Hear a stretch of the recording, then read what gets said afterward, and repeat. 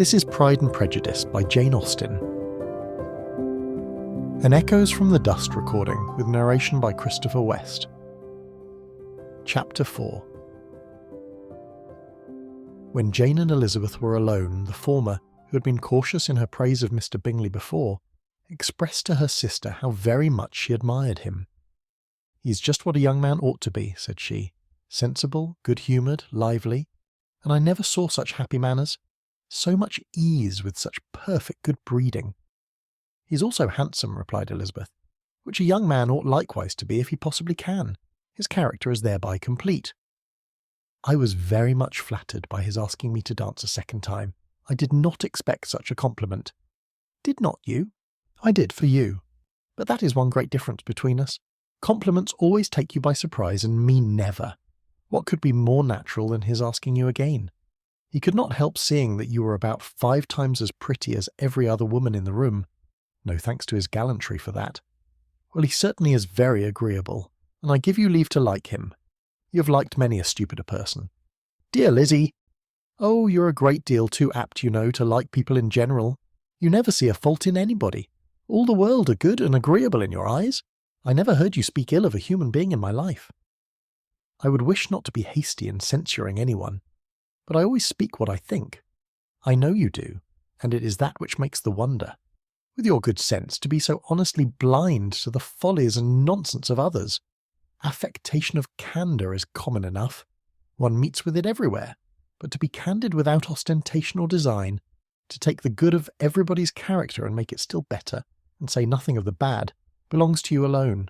And so, you like this man's sisters too, do you? Their manners are not equal to his." "Certainly not at first, but they are very pleasing women when you converse with them. Miss Bingley is to live with her brother and keep his house, and I'm much mistaken if we shall not find a very charming neighbour in her." Elizabeth listened in silence, but was not convinced. Their behaviour at the assembly had not been calculated to please in general, and with more quickness of observation and less pliancy of temper than her sister, and with a judgment too, unassailed by any attention to herself, she was very little disposed to approve them. They were, in fact, very fine ladies, not deficient in good humour when they were pleased, nor in the power of being agreeable where they chose it, but proud and conceited. They were rather handsome, had been educated in one of the first private seminaries in town, had a fortune of £20,000, were in the habit of spending more than they ought, and of associating with people of rank, and were therefore, in every respect, entitled to think well of themselves and meanly of others.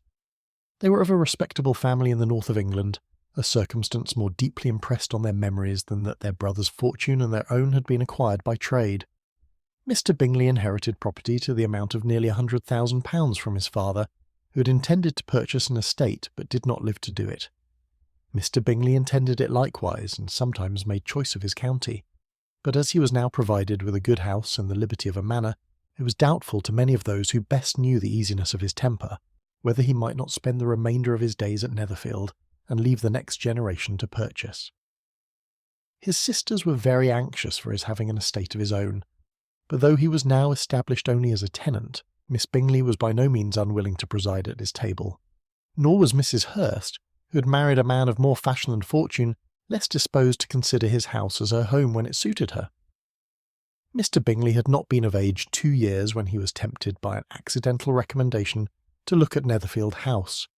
He did look at it, and into it for half an hour, was pleased with the situation and the principal rooms, satisfied with what the owner said in its praise, and took it immediately. Between him and Darcy there was a very steady friendship, in spite of a great opposition of character. Bingley was endeared to Darcy by the easiness, openness, and ductility of his temper, though no disposition could offer a greater contrast to his own, and though with his own he never appeared dissatisfied. On the strength of Darcy's regard, Bingley had the firmest reliance, and of his judgment the highest opinion. In understanding, Darcy was the superior. Bingley was by no means deficient, but Darcy was clever. He was at the same time haughty, reserved, and fastidious, and his manners, though well-bred, were not inviting. In that respect his friend had greatly the advantage. Bingley was sure of being liked wherever he appeared. Darcy was continually giving offence. The manner in which they spoke of the Meryton assembly was sufficiently characteristic. Bingley had never met with pleasanter people or prettier girls in his life. Everybody had been most kind and attentive to him. There had been no formality, no stiffness. He had soon felt acquainted with all the room, and as to Miss Bennet, he could not conceive an angel more beautiful. Darcy, on the contrary, had seen a collection of people in whom there was little beauty and no fashion, for none of whom he had felt the smallest interest, and from none received either attention or pleasure. Miss Bennet he acknowledged to be pretty, but she smiled too much. Mrs. Hurst and her sister allowed it to be so, but still they admired her and liked her, and pronounced her to be a sweet girl, and one whom they should not object to know more of. Miss Bennet was therefore established as a sweet girl, and their brother felt authorised by such commendation to think of her as he chose. This is Pride and Prejudice by Jane Austen. An Echoes from the Dust recording with narration by Christopher West and music by Cody Martin.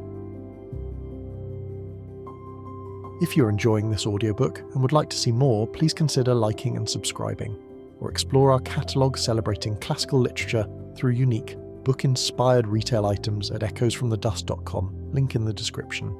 Discover elegant gifts, decor, apparel and stationery, inspired by timeless works like Pride and Prejudice, perfect for book lovers, collectors, and anyone seeking to bring literary classics into modern life. Thank you